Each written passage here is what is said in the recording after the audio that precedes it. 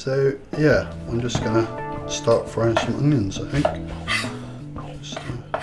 I feel like I've become more independent. I feel like I've become more of an equal. I feel like I can look the world in the eye now because I'm paying my bills.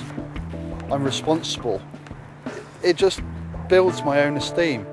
I've been there, I've done it, and I've got through it. And I just like to try and share my experience with people. And even if it only helps one person out of 100, still that one person what could turn their lives around. I'm paying for TV licence and that now, and I never paid for TV licence in my life, let alone electric, do you know what I'm saying? And it's all right. It's all right.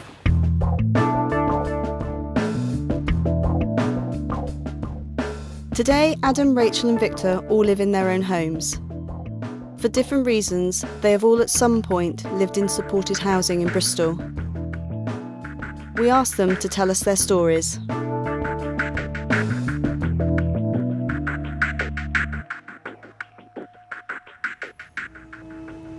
I was a chef in the kitchen. That was where the craziness started. Drink, drugs, a lot of antisocial hours, you know, service industry. When people are partying, I'm having to serve them. And when they finish being served, that was my time to party. That was when the kind of the mania and the craziness, it all started then. I emotionally broke down and I finished in the kitchen. I finished with my missus at the time and she didn't want to know anymore. As a result, I went into quite a large binge and went off to Cornwall and a few different areas and wrote off my car. And yeah, ultimately, it all ended up in me getting sectioned under the Mental Health Act. So yeah, that was where my chaos took me. I'm actually from Gloucester and I've moved up here with my children. Things happened. My son was ill with cancer and at the end of the 4 years of him going through his illness, it just hit me and I just lost it and just went off my own way. I just ended up on the street. We used to have all our blankets under there already. Right. Yeah. Cool, I remember doing this. Bloody hell, I remember doing this. Me and Paul used to have our bed in that one.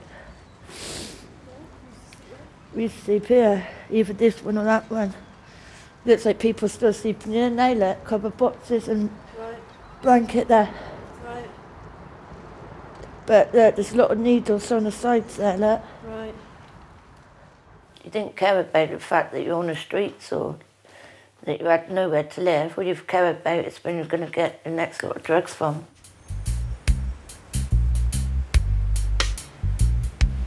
Done everything what a drug addict or alcoholic would do.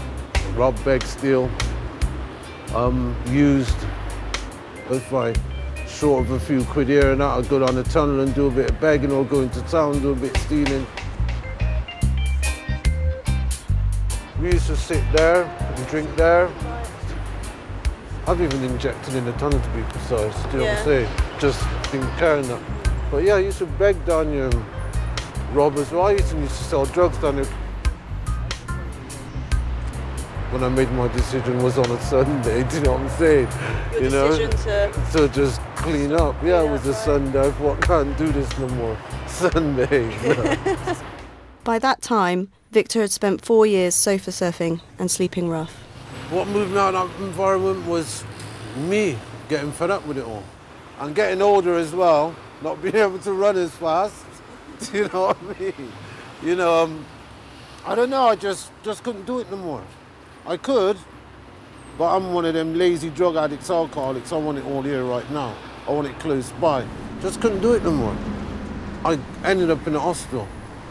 Didn't want to go in a hospital because pride and prestige and that kicks in, done it. Do you know what I'm saying? I ain't gonna dare live in no hospital. I'm this and I'm that. Not to mention I'm on the streets. No, I want to see my children again one day. And if I carried on the way I did, I wouldn't never see them again. So at one stage, they told me I had blood clots in my lungs, and obviously I only had to move across, and that would have been it. And along with the fact that I met my boyfriend, and he was an ex-user, but he hadn't used, and obviously he didn't want to get involved with someone that was using because he could relapse. And eventually, I used for about the first week, eventually he said to me, it's either that or me, and I just went from there. Chose him and still with him today.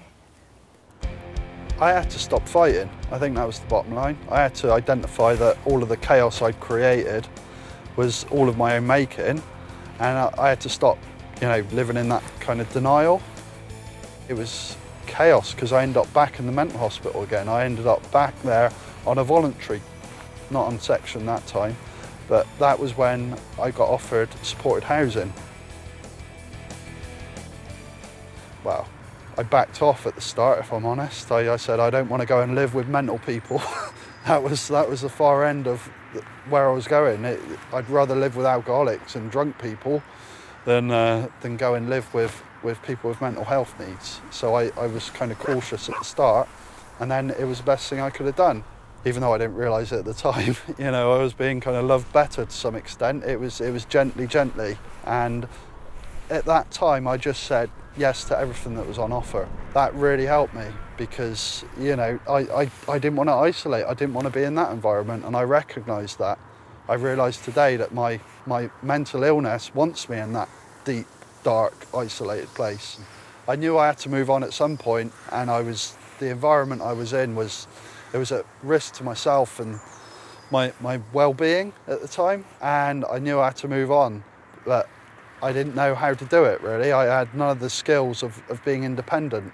All the time I was living with my partner, she always dealt with the bills and all the kind of day-to-day stuff, and it was always a challenge. Supported housing gave me that introduction to it, and that started to build the bridge, if you like. Victor also realised it was time to move on.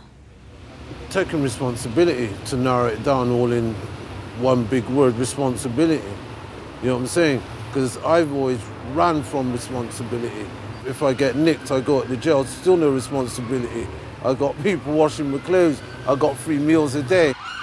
I think the dry house helped me with that, do you know what I'm saying? Cooking my own food, put my own clothes in the washing machine and such and stuff and that. I look back in hindsight and I know it's responsibility, whereas before I was thinking, what was it, why don't I want my own place? And responsibility.